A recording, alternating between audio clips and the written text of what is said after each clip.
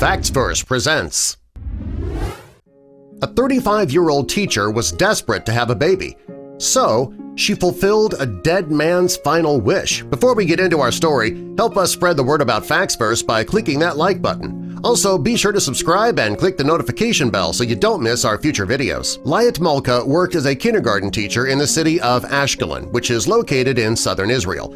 She was 35 years old at the time, and she was single. She'd always wanted children, but due to her age and the fact that she wasn't married, she was worried that she may never be able to when she finally did settle down with someone. Because of her age, Lyat decided to see a fertility doctor. The doctor told her that because of her age, she was running low on eggs, and he told her that if she waited much longer, her chances of becoming a mother could escape her entirely.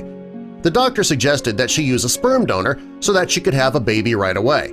Well, Lyat didn't really like that idea. It wasn't what she wanted. She always hoped that her child would grow up knowing its father.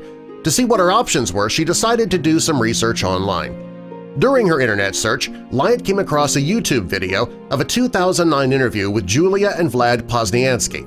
They were from a city called Carmel, a city in northern Israel, and they were fighting legal action to allow them to use their deceased son's sperm to have a baby.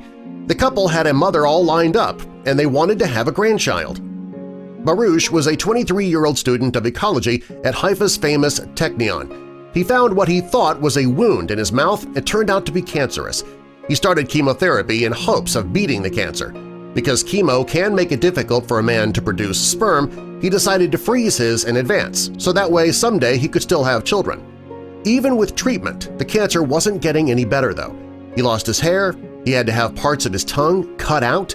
While his parents could still understand him, Barouch told them that if cancer did take his life, he still wanted to leave a child behind. Sadly, in November of 2008, when he was 25 years old, he passed away. Right after her son died, Julia decided to start working to make his final wish come true. She reached out to an attorney named Irit Rosenblum to set up a biological will. Unfortunately, it took 7 years to convince the courts to honor her son's wishes. While this was going on, Julia didn't just sit around waiting. Instead, she began looking for potential mothers. She was shocked that hundreds of women came forward. She made sure to let the women know that there were a few non-negotiable conditions. She wanted the mother to be Jewish, and she had to be willing to use IVF. Barouch had a limited amount of sperm, and Julia wanted to make sure that a pregnancy would be successful. The couple finally settled on a woman who was Russian, the same as them. The woman and Barouch's parents had a contract signed, but soon the woman gave them some devastating news.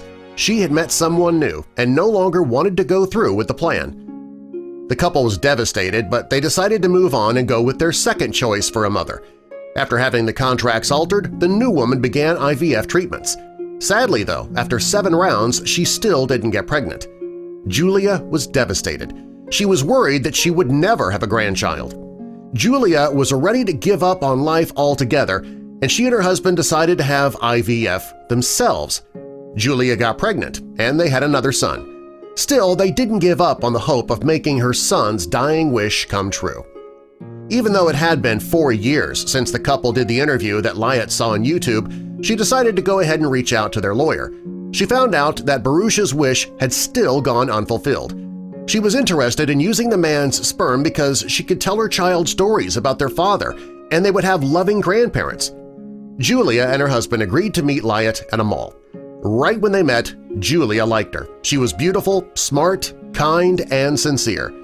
When Lyat saw the photos of Barouch, she knew immediately that she wanted to have his baby. Something about his photos made a significant impression on her. It wasn't long before a contract was drawn up in Lyat's name and they visited a social worker. They had to prove that Barouch's final wish should be honored. After 2 rounds of IVF, Lyat found out she was pregnant. 9 months later, she gave birth to a beautiful, healthy daughter named Shira, which meant poetry in Hebrew. This 35-year-old teacher, she was desperate to have a baby, so she fulfilled a dead man's final wish, and it ended up being a blessing for everyone. Subscribe for more.